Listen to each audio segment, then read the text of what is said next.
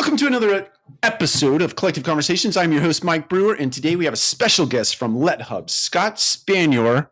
Scott, welcome to the show. Hey, thanks, Mike. I'm super excited to be here.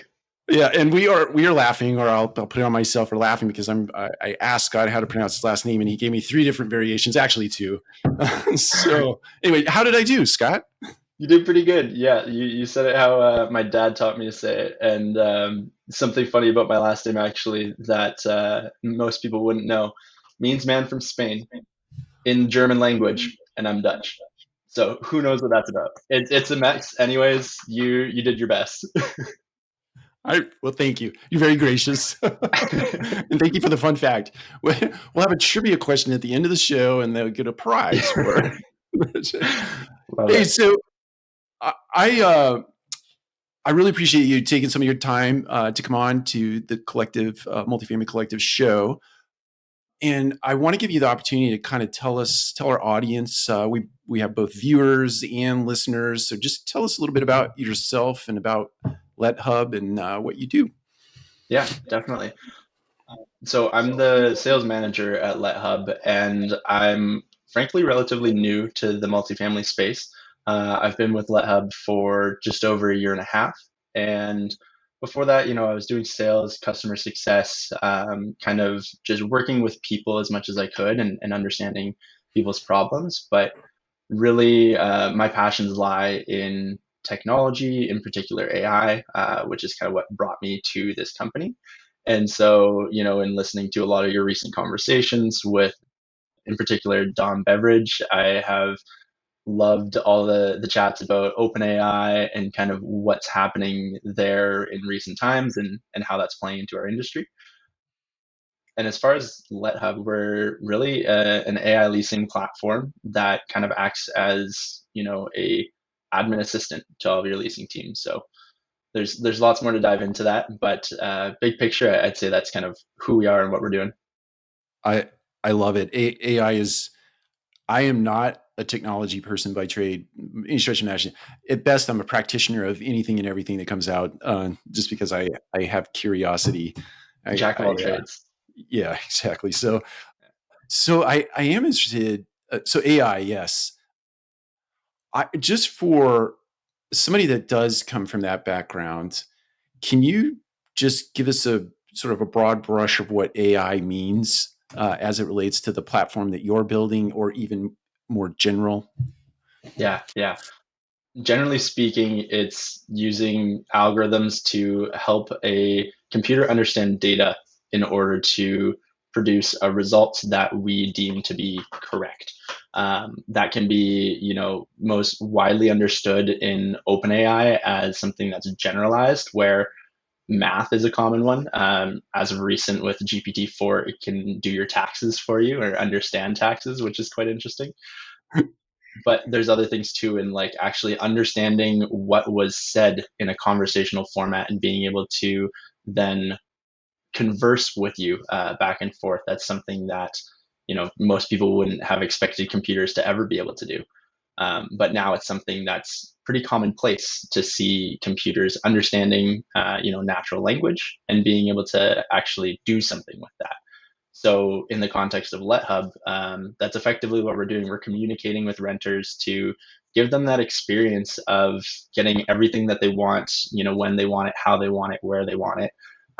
Much like you have with companies like Uber Eats and Airbnb, everything's at their fingertips. And we're working in that model to basically help the renters through that process really quickly whenever they want, so that they don't have to pick up the phone, as as many people have put it recently. No one in the younger demographics wants to pick up the phone. It's absurd. I don't get it. I think I'm part of that demographic, and in my job, I'm like, I love talking to people. I want to talk on the phone, and then my friends are like, no, never. Like, I will not talk on the phone. And so we're giving those people, not myself, but those other people, my friends, the ability to interact with your properties and your information in the way that they want to. Well, for whatever it's worth, count me in the bucket of people that don't like to talk on the telephone. So it applies to old people too. So I am interested because I think there is at least from my own perspective, there are two different applications, probably many applications, but I've heard AI described as sort of path based versus a real NLP. And does that make sense? And if so, can you unpack those two things? Because what I think what you're talking about is something that's more NLP than path based. Is that fair to Mhm. say? Yeah. So I'll be completely frank. I am not the AI expert on my team. Okay.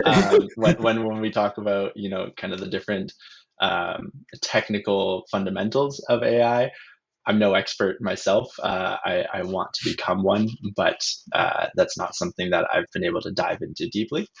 The natural language processing component, NLP, is definitely what most people are used to interacting with, Mhm. whereas path based is something that, from again my understanding, it is more, there's a certain objective that needs to be solved. There's a certain Mhm. task to do, and then AI is finding the best way to do that thing.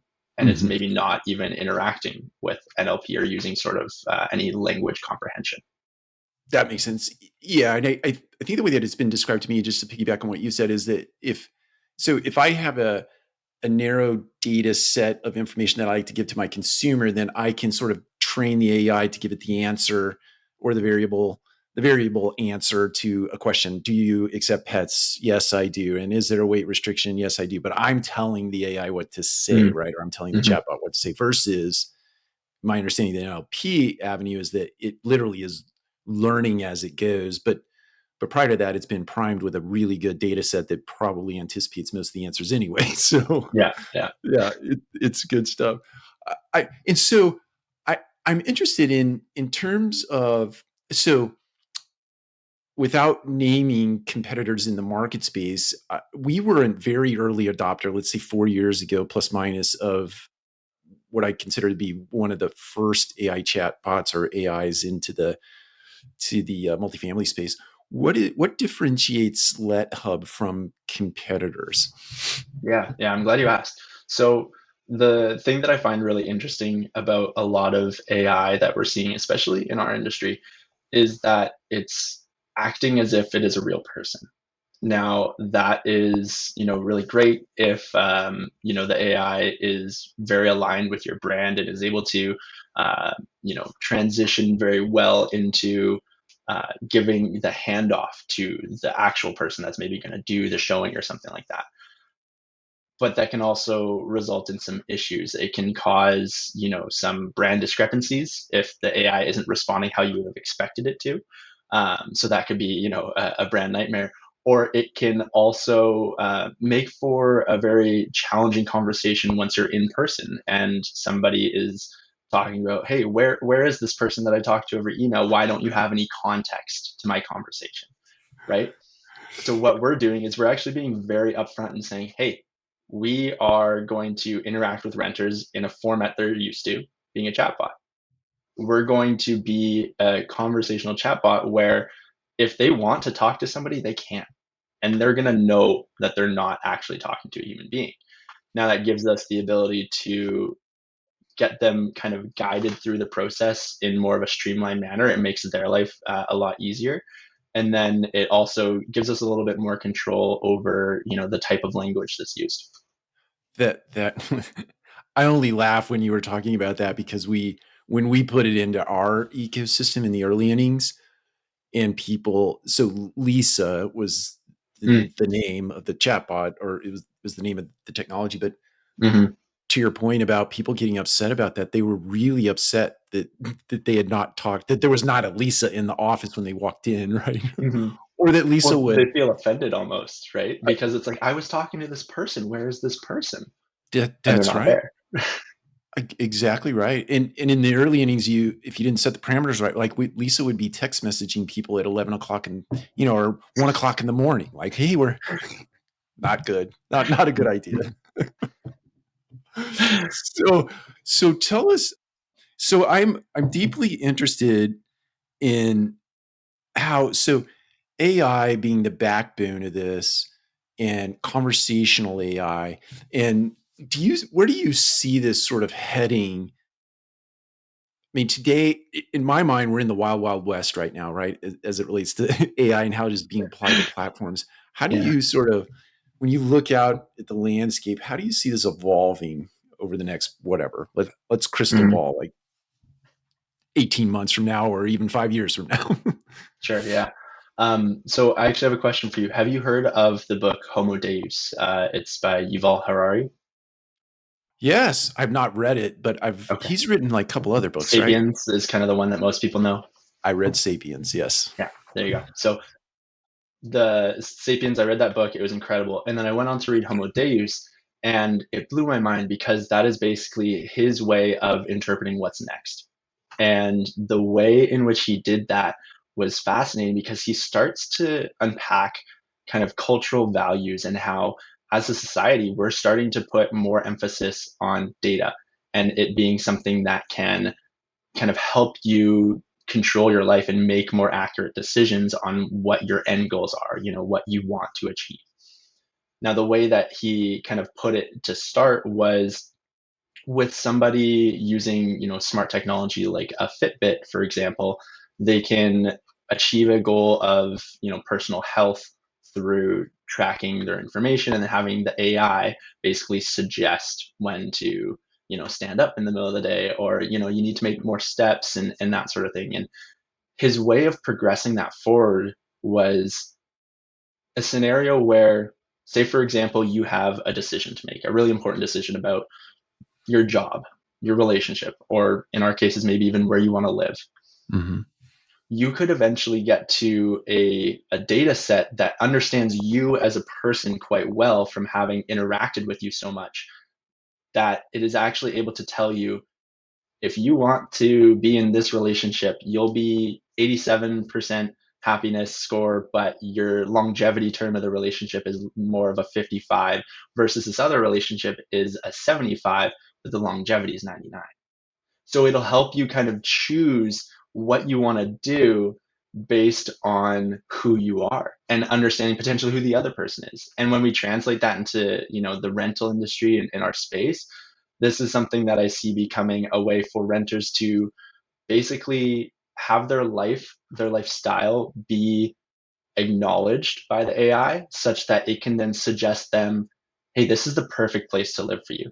And Mm-hmm. here's some suggestions of similar places. And here's kind of what to expect in each of those, a sense of community versus, having things close by that you might want versus, whatever else it might be, food. I don't know what it is, but that's kind of where I see AI moving forward is being able to give renters all the data that they need to make a decision on where to live rather than effectively what a lot of businesses are doing, having all this data to make decisions on how to operate their business. It gives that power back to the consumer.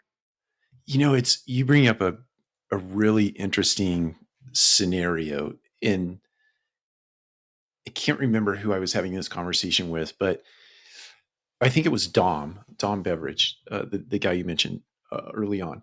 He Mm-hmm. so it at some point when generative AI sort of makes its way into it reimagines the way we search today, right? Mm-hmm. Or it sort of upsets the way we search today. But today you can go in and create content with metadata and all these sorts of things to sort of govern how you get presented on first page, second page, whatever.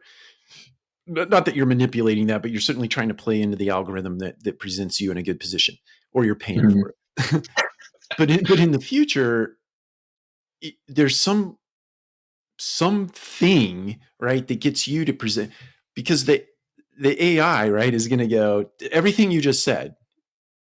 But my question is, what makes you, right, me, the apartment property owner, what gives me that first position or that second position for that AI to go, yeah, go to Radius at Gibson? Do Mm-hmm. you have any speculation on that? Yeah, basically the business use case of that sort of capability. I see that being something where you could have sponsors who are able to highlight certain things. They have more data present in their, let's say, information available to the AI, so that they can showcase more to the renter rather than the ones that are perhaps a free listing that was pulled from the internet, which is limited in what it's able to share with the AI. So if you could have somebody paying for that service where the AI is then going to show you a virtual tour of the property rather than just a couple photos, or, I don't know what it might be. There's different tiers to which you could enhance the renter experience and show them more of a lifestyle that they might want to live, give them a better story by being a preferred vendor rather than just another person in the industry. Wow, I had not thought about it that way. That actually is a really good point. So I saw the backside of GPT through a friend, and Nice. the it was interesting because you probably well know this. There are several different data sets that you can actually mix and match together to create an outcome, right? In Hmm. ChatGPT, what you and I see on the front side, Hmm. and in the near future, well, I think they actually opened this up a couple of days ago. Now you can put your own data set in there, right? And you can sort of commingle all this data. And what I hear you saying is, hey, restaurant guy or flower shop guy or dry cleaning guy or all these sort of neighborhood amenities, I want to mix and match my data with your data sets so that when, AI personal co-pilot is shopping for an apartment for Mike, our commingled data is going to bring people to our neighborhood. Hmm. Is that the way Hmm. to think about that? What you just Yeah, said? Or that's what comes to effectively. mind for me. Yeah, that's definitely one strong way of putting it, is that it doesn't have to just be company specific anymore. It can be now neighborhood specific, where you would have an actual community of companies working together to build the best presentation for, where there's going to be good food, good place to live, like everything that people might need. And it almost could become, just in from what you're saying, it could become a tourism tool for communities to say, as a whole, we want to be well known within, the search community that's going to be AI. And we want everyone to have as much data as possible present so that the AI can really know and tell the story of why somebody should visit. Oh, wow. My mind is like just blown away right now. Yeah, yeah. I think the possibilities are so endless. I mean, it's something that, like, this is our industry, right? But every industry has some, edge case scenario, or not an edge case, but like futuristic scenario that's probably not that far away, where this sort of thing is going to be happening. And I'm really excited to see what comes of it. You and me both. I think I think these are not my novel thoughts, but major players like the Microsofts and the Googles and the Amazons of the world, they're going to figure out how to incorporate this type of thing into their own platforms. But there still are, to your point, these edge cases where you have other platforms that sort of complement those platforms in are a little more nuanced in nature that take people Hmm. create experiences for people that potentially they didn't even know they may innately know they want to do something or be somewhere, but the AI is going to really know that and pull it out of them and create that. Hmm. Hey, go, you're about to start to travel. Can you imagine that your co-pilot, AI co-pilot is like, oh, hey, you were here and you did this. So next destination is X or Y or Z, Hmm. right? Yeah. And it Yeah, and curates an having experience for you. feedback so that you can tell it, like, oh yeah, this was the best part of my experience. And then next time it says, hey, you went surfing, but in reality, what you told us shows that you probably would have enjoyed this activity more, right? Right. Giving you new experiences that you never would have anticipated enjoying, and having the AI know that for you. That's exactly right. So I want to take a little bit of a left turn here. Hmm. I noticed on your LinkedIn page, I think it was in your about section, you use the word Kaizen, and Yeah, I think I pronounced that correctly. you did. And so talk to me about how you incorporate that principle or that first for our audience and our listeners, tell us what Kaizen is, and then Hmm. how do you employ that or apply that to your life? I'm really curious about that. Yeah, yeah. I'm so excited that you caught that. Effectively, Kaizen is a Japanese word which doesn't actually have a direct translation to English, but the closest way that it can be interpreted is focusing on continuous learning. And in particular, it is a more of a business context when using that word, but I like to apply in my own life as a way to continuously grow as a person. So looking at how that's kind of played into what I'm doing in life in general, Kaizen is something where, when I go into work and I'm talking about technology or getting to meet people, I don't want to be closed off to any ideas. I want to be open to the possibility of learning something new through every conversation. And when looking at how I'm doing that, you and I briefly talked about this beforehand. It's actually something recent for me where I'm going to be starting a podcast that is basically about interviewing experts in all these different fields to learn as much as possible from all of them and just learn more about the world. So really excited for what's to come there, and in other aspects of life, it's always just about never accepting that things can't grow and get better. Always pushing the boundaries and just and learning more about what's actually out there in the world. I love that. I love the fact that you're starting a podcast. I encourage every single person on the planet to do that. I think I think you hit on something that has been central to this podcast, is that I started doing this for two reasons. One, I wanted to get comfortable in front of a camera, and the other, I'm a total introvert, so I wanted to get comfortable in front of the camera. But Mm, I saw it as a way, to your point, to get a world-class education in the multifamily space and other spaces, because I'm yeah. talking to people who are just 10 times smarter than I am all the time, right? I love that. Yeah, that's the objective. Is I want to talk to people who are smarter than I am, because I consider myself a bit of a jack of all trades, master of none. And one of my favorite people online, Simon Sinek, he Yeah. finished that phrase for me actually, where I didn't realize that's only part of the whole sentence, which is jack of all trades, master of none, often better than master of one. And he says that in a way of, if you have a bunch of really smart people in a room that all know different things, they're going to have a hard time communicating. No one's going to be able to get their point across. But if you bring that jack of all trades into the play, into the picture, where they can understand everybody and then bring a unified message together and get all of them working towards the same project, much like Steve Jobs did, then Yeah. you end up having these incredible outcomes that none of them could have done individually. So it's somebody who brings everything together, and that's what I want to, do, and trying to learn about everything and everyone, is just being able to take all these different components, much like an AI would, and just bring it together into a unified image. You're a human AI. I like it. My friends have joked about that. They're like, "Man, you're so involved in AI. Like, when are you going to become AI?" And I'm like, "Oh man, I don't know. I don't know if I can go there. Maybe if I get Elon Musk Neuralink one day." Yeah, exactly. I was listening to this. I think his name is Naval Harari, and Tim Ferriss were interviewing a guy yesterday. His name escapes me. But they were talking about sort of the next iteration.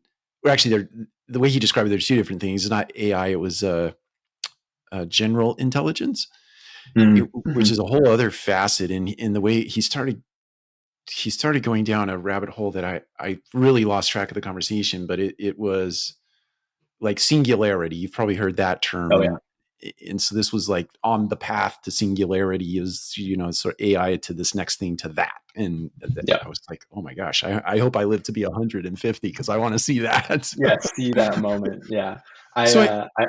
Sorry, go ahead. oh no, please go ahead. I find it very interesting that not only is singularly used to describe AI reaching that state of consciousness that it just is a living being, quote unquote, but it's also used to describe the central point of a black hole, which is a Okay. little bit concerning that one word can mean both of those things. Makes me wonder what we actually think of AI, that black box that no one really knows what's happening behind it, but all of a sudden it just is. Oh yeah, that's kind of scary. I've not thought about that. Thanks. Now I'm going to have bad dreams all night. So, Yeah, sorry, I gave you a weekend of nightmares. yeah, exactly. So I want to go back to the point for Kaizen for a second. And I'm just deeply interested in, because in order to sort of tease it out a little bit, that's a big concept, right? and a general concept. But I'm curious, are there specific things that you do in your life, be it reading books or rituals or habits or routines, either morning or evening or throughout a day that you use to play out the Kaizen theme in your life? If you're willing to share Yeah. some of those things. No, I love that question. Yeah, I think for me, one of the biggest things is actually waking up well before work so that I have time to sit with my thoughts and not be actually doing anything, where I can then think about what, has happened recently in my life, whether it's the night before or the last like month, or what's coming up soon, what's next, and always just reevaluating, where I'm at, so that I'm never forgetting about what it is that I want to do, and bringing my values into the forefront of my mind. So that's something that I like to do every morning, and I think with that there are numerous ways to learn about how to prioritize certain things. Like I listen to podcasts about philosophy, very simplified, because I cannot understand philosophy for the life of me, but big picture stuff simplified, and using that sort of information to realize that I'm actually quite Buddhist in my beliefs, Hmm. because it's about being present and not letting the past, present, or future affect your current state. Having other things like podcasts about work being a channel for me to learn about what people are talking about in this industry, and not just accept what has been as the information that needs to be used to make informed decisions, but what is coming, and using that to make informed decisions. Um, so yeah, I think just taking time, whether it's morning for myself, or a lot of people are night owls, or it can Hmm. even be in the middle of the day when you're walking to and from somewhere. Just taking that time to pause and not be plugged in basically to all the devices, so that you can really just sit with your own thoughts and evaluate your life a little bit. I love that. It brings I don't know if this is a mainstay for you, but it brings meditation to mind. Like Hmm. I practice meditation in the morning for that very reason of trying to stay present. Now I'm terrible about staying present, but I doing the rep. It's like I learned. I finally learned that the real rep in meditation is like actually stopping the thought, or like allowing the thought to be, but like bringing yourself back. So, and Hmm. that's the rep. But Yeah. is that, do you practice meditation? And is that what, when you're in the morning, you're doing that thought exercise, like sitting with your thoughts, is meditation for you, or I a form do of? effectively. Yeah. That's kind of where a lot of it started for me, was realizing that meditation is something that often gets portrayed as this whole body experience, and something Mhm. that needs to be very immersive and drawn out. But in reality, it's something that can be as simple as taking 5 minutes to focus on your breathing, Yeah. and just centering yourself, so that something that just affected your day isn't going to affect the rest of your day. Letting it go through you, and move on from it, so that you can bring the energy that you want to the rest of whatever it is you're doing. I love that. It's interesting in the sort of the context of the world that we live in, where, we get 5,000 distractions, plus or minus. I mean, whether you're conscious of them or not, I read somewhere it's literally thousands of messages that are coming at you Yeah. in some way, shape, or form throughout the day.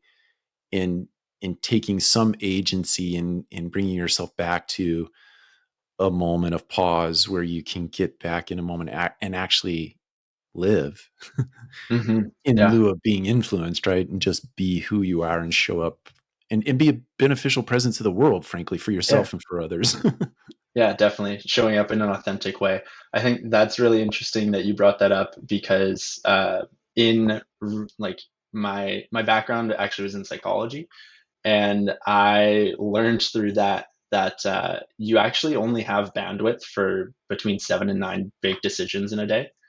Oh, wow. And so you will want to basically start your day off with routine that allows you to be on autopilot for most of those things. Like, what am I going to wear today? What do I want for food? Am I going to buy lunch? Am I making lunch? Like, giving yourself the ability to get those decisions out of the way, maybe on Sunday night, so that when you're actually present during the week, you're not fatigued with too many decisions. And then also the point about having too many distractions.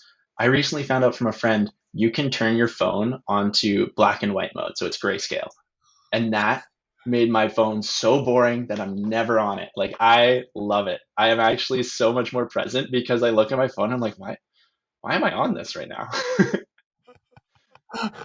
I I heard that somebody else said that maybe that's like a sign from the universe, like I need to change my my phone to, and they said the Right. same thing that you just said. It's like I have no interest in it now because it's like It's grayscale. boring. Yeah. Who wants to look at a black and white screen? Like, Yeah, that's exactly right. And I look, I really appreciate you being willing to share some of that stuff. I think part of my mission with these podcasts is not only learning from people and getting comfortable behind the camera. Those are the two main ones for me, but it's also kind of highlighting a more personal side of people who are out in the space. At the end of the day, we're doing commerce together, or we're doing transactions together. But I think all of those things are predicated on really good relationships. And I think in order to build really good relationships, you have to just know somebody, and that is mhm. really sort of the basis for trust. And you made a remark. I don't know if we were on camera yet or not, but you had learned early on in the multifamily industry that things were relationship oriented. Can you kind of retell that story? I think it's an important story, and that person happens to be a friend of mine. So I'm like free to give her a Yeah, plug. for That'd sure. be great.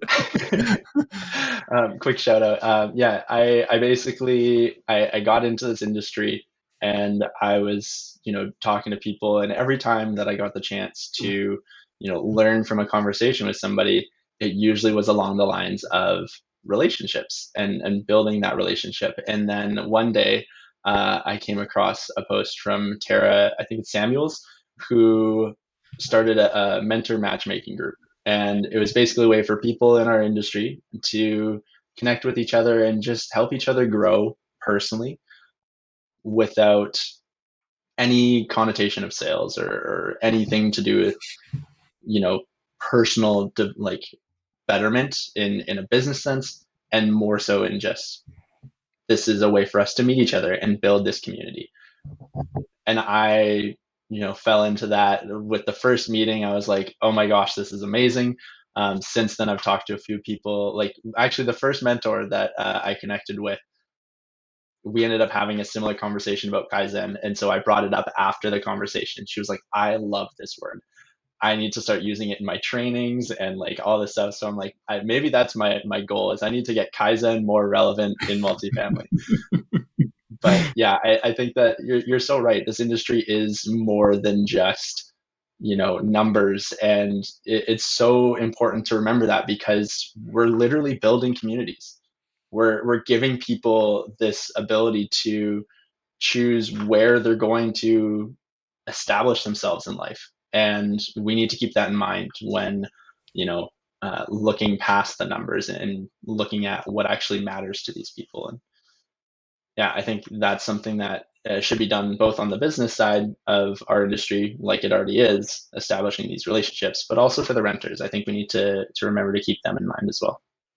Yeah, I think you're totally right on both those points, and I think to emphasize that last point, I think look, I've been around this business a very very long time, longer than I care to admit, at least out loud. The many times our consumer, the person, I mean, you think about it, that people who live in our apartment buildings, to your point about community, it really is it's the biggest check they write. Well, there, I dated myself. It's the biggest transfer of funds they do on a monthly basis. And and it and it's like a fundamental part of living, right? And you need Mhm. food, water, shelter, right? And it's part of that hierarchy of needs, and we need to take that seriously. But many times when when technology and or operations and systems and processes come together, they don't think about the consumer. They think about, how can I get this done really quickly? How can I get this off my checklist? Or how can I, right? Yeah. In pushing it through in a transactional nature instead of a relationship oriented nature. And I think that's something that's unique about multifamily, is that you have this, it's predicated on relationships. So that tends to play well through to the consumer, at Hmm. least in our industry, I think, Yeah. based on Yeah. observation. I Excellent. completely agree.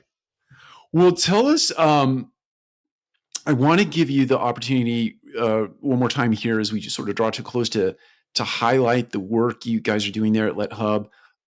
Our podcast certainly reaches a lot of eyeballs and ears in the industry, and I like for people who are working on cool and interesting things to be able to broadcast that into the world. So any last thing you would highlight about the company, and or if you want to take it off in a personal direction and just give a sort of word of encouragement to our audience, I would let you do that as well.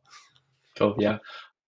Effectively, I would say the biggest thing that we're doing with LetHub is we're giving your team the ability to start working on the things that they enjoy doing. And I've heard it time and time again when I'm talking to people. Staff shortages are so like prevalent in our industry right now, and people are working on things that they don't want to be working on. It's causing them to lose focus in their jobs and motivation, and it's causing all this turnover. And it's because we're not giving them the ability to focus on tasks that actually bring them energy. Mhm. Oftentimes, I think a lot of people in our industry, just based on this relationships conversation, are enjoying some sort of connection with people. They want to be able to talk to people. They don't want to be behind their computer responding to thousands of emails or text messages and doing all this, really repetitive stuff.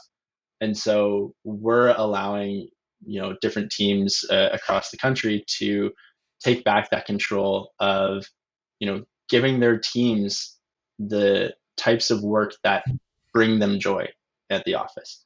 We take on the monotonous stuff that, wears you down, and it keeps on like poking you in the back saying, hey, remember me, you need to keep doing this. This is something that's never going to go away. We take that on for you, and so your teams can then be just a little bit happier at work. And it also has, all the other benefits of, saving time and ROI or increasing NOI and all that stuff. But yeah, I think the biggest thing is that we're helping, leasing agents, enjoy the job a little bit more. I love that, and you're so right about that, poking the finger in the back. That's so true. I've never heard it put that way, but it has a very good way to put it. It's just like, or it's like that little voice in your ear that's just like nagging at you. Yeah, that's exactly right. You forgot to do this. You forgot to do that. No, it's Yeah. good. Well, Scott, it's been an absolute pleasure. I appreciate you talking a little bit about your business, but also being willing to share a little bit about your life, because I think that really is the predicate for creating good transactions in this business. It is the relationship that leads to that, and to the extent that you put in the reps and understand that you're playing a long game in some cases, that's what's really going to win you business at the end of the day. And that's just an old guy's opinion, but I think it's a good one. So I think it's a wise one. Yeah, I really appreciate being able to, I guess, introduce myself to a lot of people, and also hopefully get to meet more people. And I would personally love an introduction to Dom. I've listened to a couple of your episodes with him, so definitely would love to connect with him and quickly chat. yeah, I will definitely do that for you. He's a great guy. He's 50 times wiser than I am, maybe 100, but fantastic guy to get to know. So where can people find you online before we bring it to a close here? Yeah, for work related, lethub.co, lethub.co is kind of where you can get in touch with anyone on the team. But we do have a chat bot directly on our page where I will be responding to all business related inquiries. And then personally, reach out to me on LinkedIn. I have been trying to, be very active and meeting a bunch of people on LinkedIn. So Scott Spanier, as we discussed earlier, and I know that might be a hard one to figure out. So Spanier. Flip me a message anytime, and would love to connect with anybody on LinkedIn. Excellent. Scott, it's been an absolute pleasure. I appreciate it. And Thanks, Mike. You're welcome. And for everybody else, we'll see you next time on Collective Conversations. Have a good one, Mike. Thanks for your time. You too.